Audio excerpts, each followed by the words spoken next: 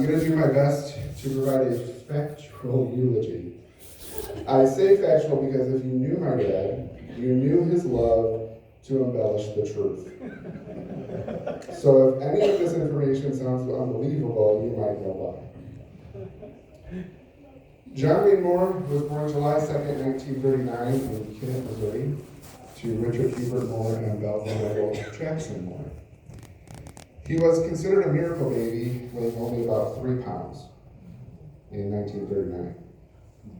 He loved to tell people how he was kept in a shoebox as a baby for quite a long time because he was so tiny. In the early 40s, his family moved from Kennett to St. Louis. They attended church there and met and became friends with Mr. and Mrs. Albert Doss. Belva Moore worked in the nursery and loved to talk about the Doss's daughter, Matra, as she took care of her in the nursery. After moving back to Kennett, Johnny, as he was called, would take up tennis, where he would become a state doubles champion for Kennett High School. He also participated in other activities, such as stealing watermelons, but we won't go into that. After graduating from Kennett High School, he enlisted in the Air Force and served until he had an allergic reaction, which caused him to have an honorable discharge after only 6 months. He moved to St. Louis, started attending church there, where he was reacquainted with the Doss family. When the pastor announced him as a new member, the Doss's daughter, now a teenager, took an interest in him, while a boy sitting next to her would tell her, "He's too old for you." During the next few years, he would spend time working for McDonnell Douglas, also an insurance company, and as a debt collector. There are 2 stories of his debt collecting that he loved to tell. One was this gentleman met him at the door with his little kid, and the ice cream truck was coming by and gave the kid money to go buy himself an ice cream. And then the guy told him, "I'll figure out a way to make payments, but I'm certainly not going to do what I intended to do, which was to beat my dad up for trying to come and collect on a debt." He said, "I couldn't do that to somebody who treated my son that way." Sorry, my mouth is very dry. The other story was he was driving, and a gentleman jumped into his car, and way before the term carjacking was used, attempted to rob my dad. And my dad instantly floored the vehicle and drove like a madman, coming really close to telephone poles, and told the guy, "If you're going to kill me, we're both going to die." To which the gentleman called him crazy and jumped out of the vehicle. It was during this time that he also moved to Chicago. In Chicago, he would live a very different life, including calling the Doss's daughter very late and potentially inebriated. She would later tell stories about running to the phone to answer it, knowing it was him calling so late in the evening / early morning, more than likely because he had just gotten home from a bar. The last thing she wanted was for her dad to get to the phone first. And I'm going to tell this part of the story, but so pay attention to the dates, because this is very important. On Sunday night, April 8th, 1962, John would travel back to his home in Kennett from Chicago. He had to stop for the evening in St. Louis and spent the night at the Doss's home. Their daughter was in the driveway. They had a corner house. The daughter was in the driveway where she had just gotten back from a date with someone only known as Cheapskate Bob. When she heard John shut the door of his car in front of the house, she told Bob goodbye as she needed to go. The next morning, John asked her if she wanted to go to Kennett with him for the week. Mr. and Mrs. Doss allowed it, as they had known the family for a long time at this point. They trusted him, maybe not wisely, I don't know. 3 days later, on Wednesday, April 11th, the Doss's daughter called home and told her mother, "Johnny and I are getting married on Saturday. Please bring my graduation dress. The wedding is at 1. Whoa. And on Saturday, April 14th, 1962, John would marry Matra Alberta Doss at I'm pretty sure this is the right church. It was the Everett Street Baptist Church. After getting married, they lived in St. Louis and had 3 children while they were there.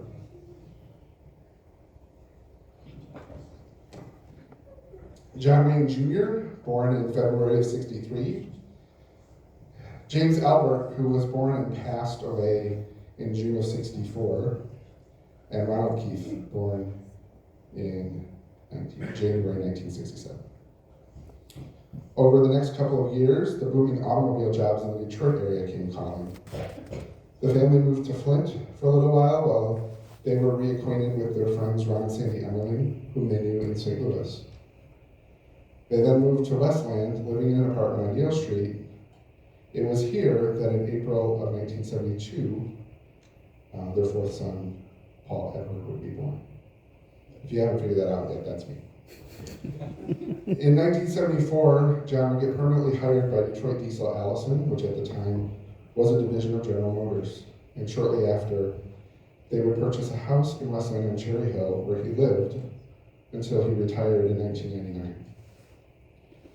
During that time frame, he would do many things: played softball, bowled, once shot a .299, golfed, and led music for Palmer Road Baptist Church for many years. In 1987, John and Bert, as most people called her, would celebrate their 25th anniversary with a big renewal and a trip to Toronto, where John discovered potato skins, which he loved, and that he was not good with metric conversions when it came to liters to gallons. I say that because that was when he decided it's time for us to go. He thought it was a 2-to-1, thinking gas would be about $1 a gallon for 50 cents a liter. Instead it was $2, and I know that probably sounds great today, but in 1987, not so much.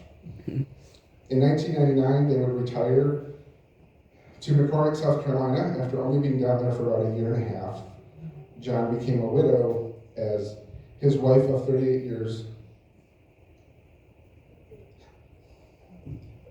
passed away in December of 2000. John now had a lot of free time on his hands where he played a lot of golf, played piano at church when they would let him, and made numerous friends everywhere he went. One special thing done during that time was he wanted to take a special trip with each of his sons. So he took John Jr. on a baseball trip to Cooperstown to the Baseball Hall of Fame. He took Ron on a fishing expedition to Alaska. And for me, he took me to the Murder Motel in Gatlinburg, Tennessee. This 100% a true story. It was actually to a Bill Gaither Festival weekend that they do in Gatlinburg, but we stayed at the Rocky Top Motel, which is known pretty famously for the Rocky Top Killer. In May of 2004, John married Susie Parker of Hutchinson, Kansas. The two of them would be very active together in McCormick and would travel around with trips to Michigan and Kansas and Disney World, to name a few. Susie was much different than my mom. Much different.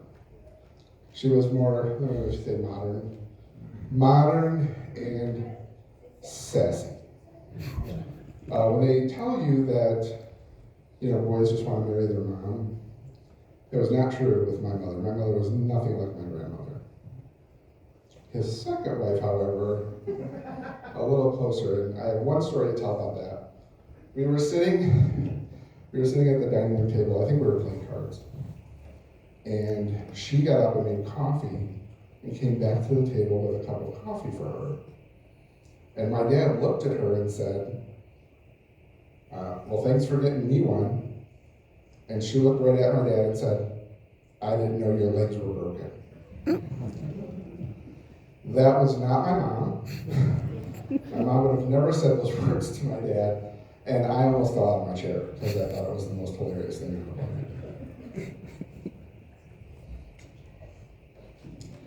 Unfortunately, around 2015, Susie started showing some early signs of dementia or Alzheimer's, and she declined very rapidly. But John did his biblical duty and took care of her until the very end. He moved her to a hospice facility only days before she passed in January of 2018. Despite our best efforts, his son's, he refused to move back to Michigan where we could help take care of him. He was terrified of cold weather, and he didn't want to be here at all. Once again, being alone, he took to fill his days the best he could, and he refocused his desires on doing one thing he had as a bucket list item, which was to go to all 50 states. There were only 2 left at this point, Idaho and Hawaii.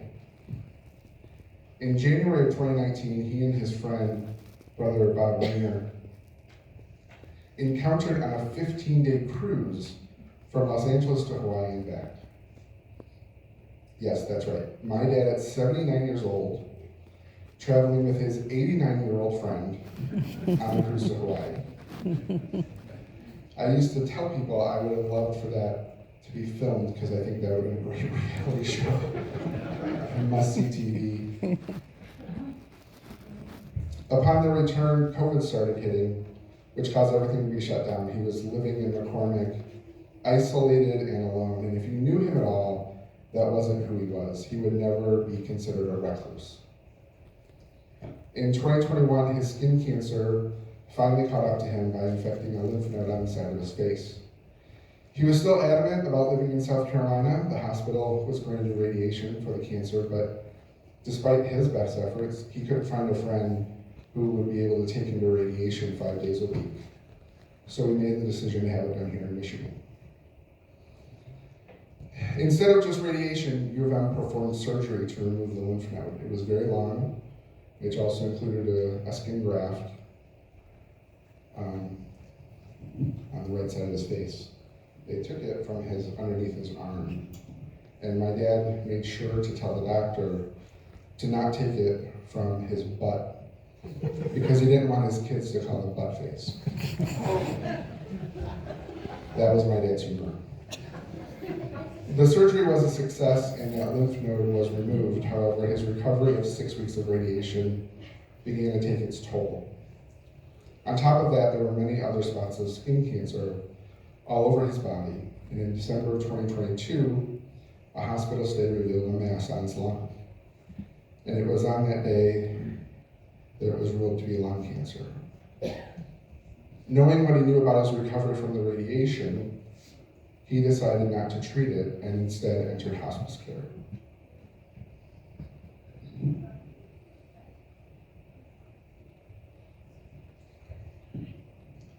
He was taken care of in home until February 8th, when at his request, he was moved to a hospice facility. His granddaughter, who lives in Washington State, mentioned his travel story to a friend who told her dad, who called an old army buddy who lived in Idaho.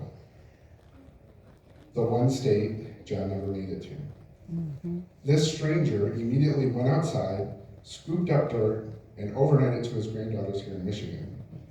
And lying in his hospice bed, he got to touch Idaho dirt. That way he could at least say he got to touch all 50 states.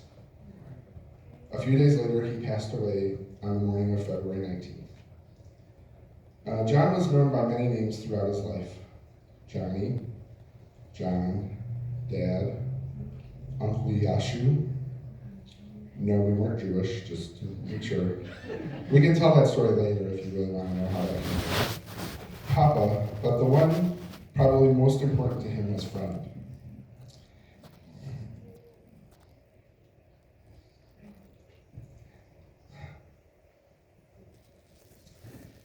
My dad had this knack of never meeting a stranger. Along with his most endearing quality of kindness.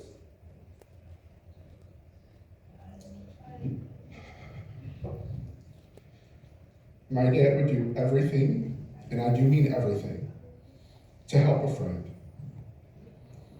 I remember one time growing up, my mom got mad at him because there was a lady at our church that was a single mom, and he bought Christmas gifts for her kids before he bought a thing for us.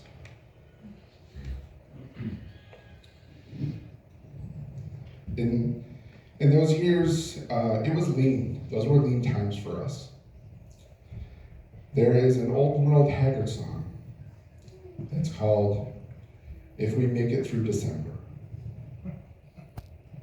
Everything's going to be all right, I know. And my dad used to say that was like our family theme song every year. We would get to December. Many people were unaware of the heart that John had for the John De La Howe School Orphanage in McCormick. He started working for the local post office while he lived there, and during the time, he donated all of the money he made from the post office to the orphanage. At my mom's viewing, a lady who was the director of the orphanage said to my brother Ron, "I've met a lot of people in my life, a lot, but I've never met anyone like your father." In the end, that's who he was. In the days of social media, the word friend can mean a lot of things. But if you were a friend of John Moore, it meant something. The fact that you're here listening to this proves that he had an impact on you. Now, you might be saying, I barely knew him, I never met him, I'm just here because I care about other people in his family. But in reality, it was the seeds of kindness and love planted in us that you are witnessing and that have touched you. Yes. In the Bible, Christ says, if you've seen me, you've seen the Father. My dad made that a life goal for his life. And that to know my dad was to see Christ working through him. But today I look at that in a slightly different light. To know us boys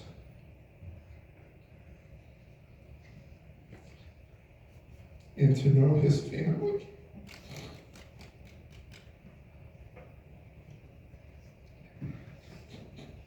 is to know my dad.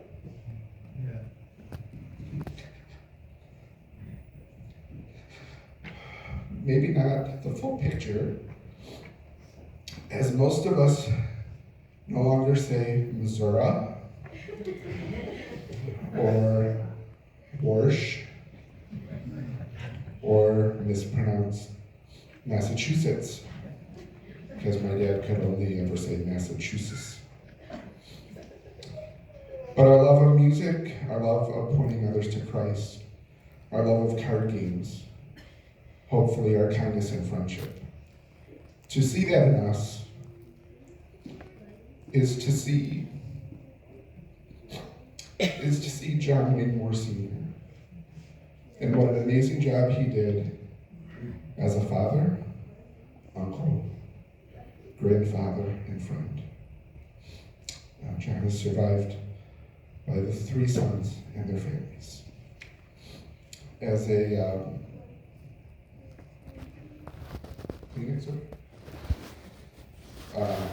when my dad was a music director, and I got master names.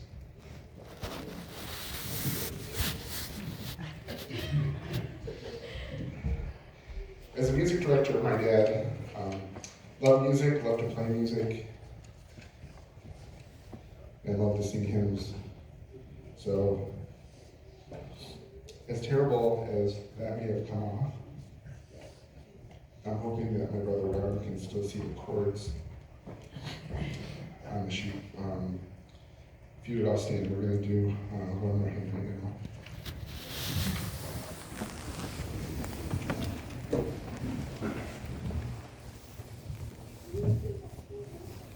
You have to make sure that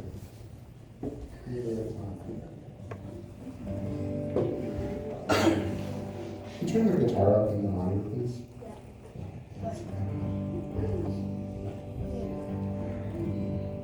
While they're doing that, I'll tell you something about this song. Actually, it was the first song that Dad actually asked me to play when he came back from having his surgery. I don't know, it was kind of cool, because he normally didn't ask me to play stuff, you know, it's kind of neat, but man, he made it a point when we came in. Yeah, I want this song sung right now. I said, okay, let's do this. Let's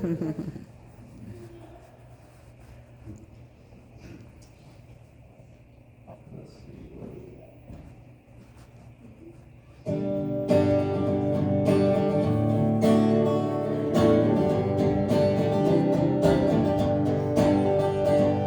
Down at the cross where my Savior died, down where from cleansing from sin I cried, there to my heart was the blood applied.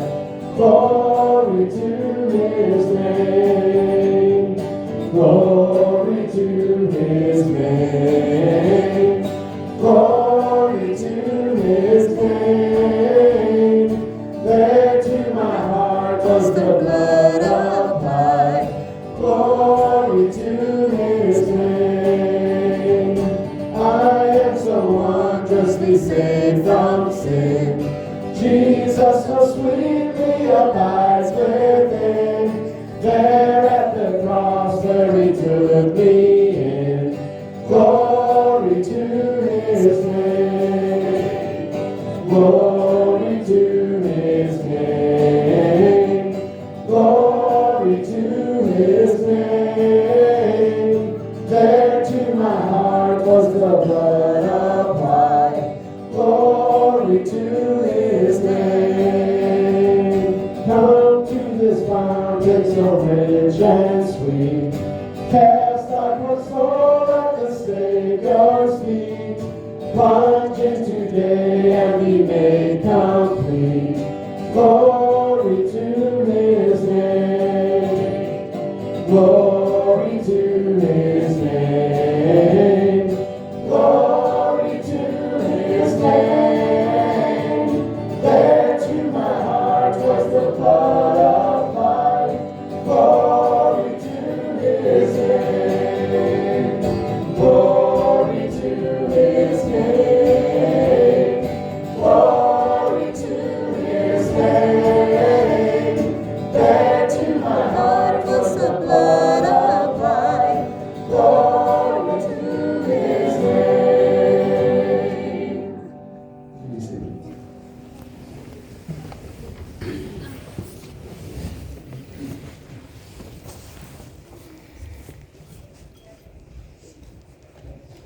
Good morning. Good morning. First thing I'd like to say is thank you all for being here. I know it means a lot to my brothers and I. And I'm taking my glasses off so I can't see any of you. I can see what I'm writing, what I'm reading here, so that's a good thing. Paul said that my dad was always wanting to point people to Christ. And it's funny because I didn't discuss with Paul what I was going to talk about. He asked me if I would like to speak. I said, yes, I would. So here we go. The first 4 of the 10 commandments are about our relationship with God. The next 6 commandments are on how we should act with one another. The first one of those, or the 5th commandment, is honor thy father and thy mother, that thy days may be long upon the land which the Lord thy God hath given you. In the book of Ephesians, chapter 6, verses 1 through 3, it says, children, obey your parents in the Lord, for this is right. Honor thy father and thy mother, which is the first commandment with promise, that it may be well with thee, and thou may live long on the earth. This is how I'm going to honor my father. I didn't think a lot about this stuff when I was a kid. Being the oldest of 3 boys, I pushed every button of my parents. It's kind of a birthright, I guess. I was the practice child. Your first one's always the practice child. Because you don't know what you're doing as a parent. I've learned that. I pushed every button my parents had. I did. I was a terrible teenager. I broke curfews. I I was a rebellious teenager. I was raised in church and knew better. Luckily for me, my father did not kill me. Recently I was asked, what was the best thing about John Moore being my dad? At the time I was asked, I only thought about this for a few seconds. Not being able to focus on just one thing. Now that I've had time to ponder it, I'd like to share a few things. He taught me that God must be number one in your life. He must be. And I can tell you this, he hasn't always been. I'll be honest with you. And I've told this story many times. When I was in Germany in the army, and I was about as far away from God as I could get, there was a knock at my door one night. I opened the door. There was a very large man standing in my doorway, and he says, "Are you John Moore?" And the first thought that went through my head was, what did I do that I don't know about? I said, yes. I said, who might you be? He said, I am the missionary pastor in the town that I lived in Gießen. Your dad called me and told me that he knew that you were not where you were supposed to be in your life and asked me to come and make a visit on you. Now, I will tell you this, as an adult, at the time, in my 20s, I was very mad at my dad. Very mad. I called him on the phone and said some things I probably shouldn't have said and questioned him on why he did what he did. This is what he taught me, though. He said, son, I am always your father first. I'm not your friend first. And it is my responsibility as your father, and knowing that you're not where you need to be, to try to do whatever it is I can possible to try to get you back there, biblically speaking. I stopped arguing with it. Taught me a very valuable lesson. My 3 girls sitting right here on the front row will tell you, I've told them many times, I'm not your friend first, I'm your father. You come to me, and I'm going to give you a father answer first. Understand that. And they know it. My dad taught me God needs to be first above all others.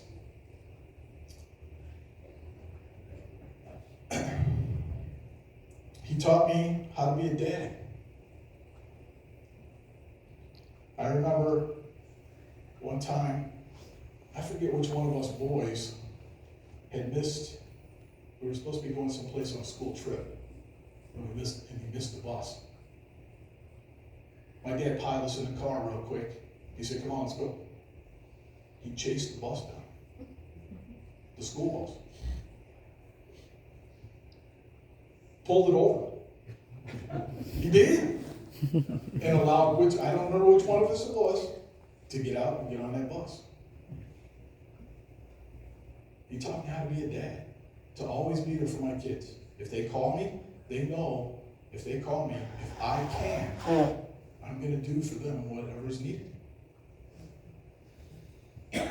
My daughters have a habit of calling me and say, what are you doing, Dad? First thing out of my mouth is, what do you need? Because I know. They do it all the time. But that's okay.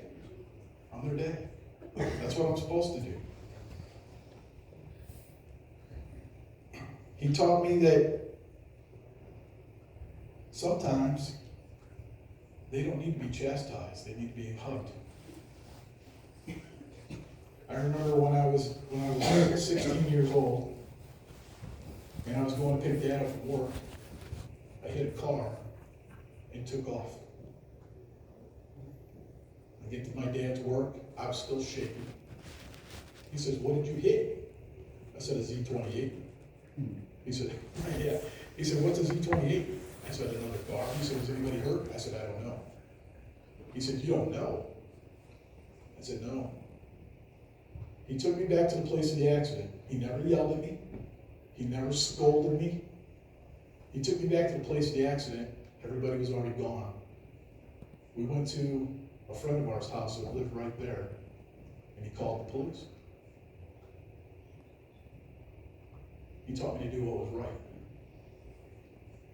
But he never chastised me. He taught me there's times that children need to be chastised, but there's times they just need a hug. That was one of those times. Taught me sports, taught us all sports. Taught us a great work ethic. I retired from the post office 5 years ago. When I retired, I had over 800 hours of sick time. You didn't call in to work sick. That wasn't an option. You went to work, whether you didn't feel good or not. He taught me to love my family. He taught me loyalty to people who are true friends. Always.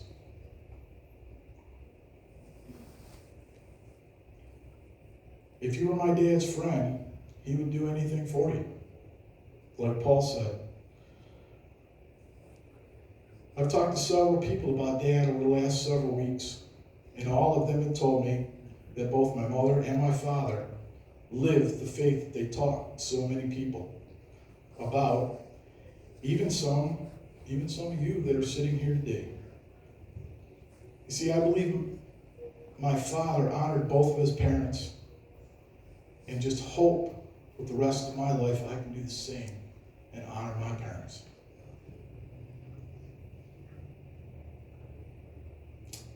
I will tell you this, and this is the last thing I'm going to say. I'm going to tell you the same thing I told my girls. If you don't have Jesus Christ in your heart, and you've never asked forgiveness of sin, I hope the last time you saw my dad, you got a good look. Because that's what it's all about. It's just leading others to Christ.